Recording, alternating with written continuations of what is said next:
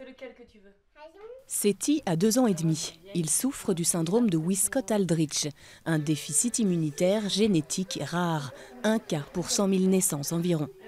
Il a 100 fois moins de plaquettes qu'un enfant normal et ses lymphocytes sont défaillants.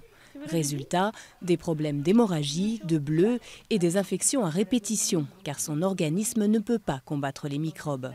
Je ne sais pas ce que c'est que d'emmener mon enfant au parc, par exemple, de sortir faire les courses sans avoir tout javelisé, sans avoir... J'ai une pointe au cœur, j'ai toujours peur, quoi. Allez mon amour, on va prendre les médicaments. Seti est sous antibiotiques depuis 2 ans et se fait transfuser toutes les 2 semaines. Pour guérir du syndrome de Wiskott-Aldrich, la greffe de moelle serait aujourd'hui la seule solution. Mais les chances de trouver un donneur compatible sont quasi nulles. Alors Aziza, la maman de Seti, mise tout sur une solution encore balbutiante, la thérapie génique, qui consiste à remplacer le gène défectueux par un gène médicament. Pour moi, la thérapie génique, ce serait plus d'espoir que mon fils puisse avoir une vie...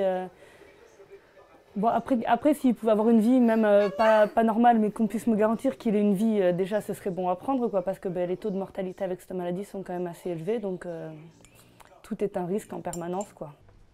Les laboratoires pharmaceutiques ne s'intéressent pas au syndrome de Wiskott-Aldrich, trop rare et donc pas assez rentable. L'espoir d'Aziza, c'est ici qu'il se trouve, au Généton, à Évry. Depuis 10 ans, grâce aux dons du Téléthon, ces chercheurs planchent sur un traitement de la maladie du petit Seti. 13 millions d'euros ont été affectés aux travaux précliniques et depuis 18 mois, 5 patients ont été traités en France et autant en Angleterre.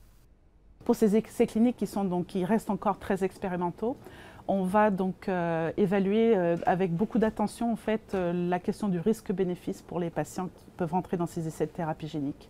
Donc là, on s'adresse à des patients qui sont très sévèrement atteints, qui n'ont pas d'autres possibilités thérapeutiques.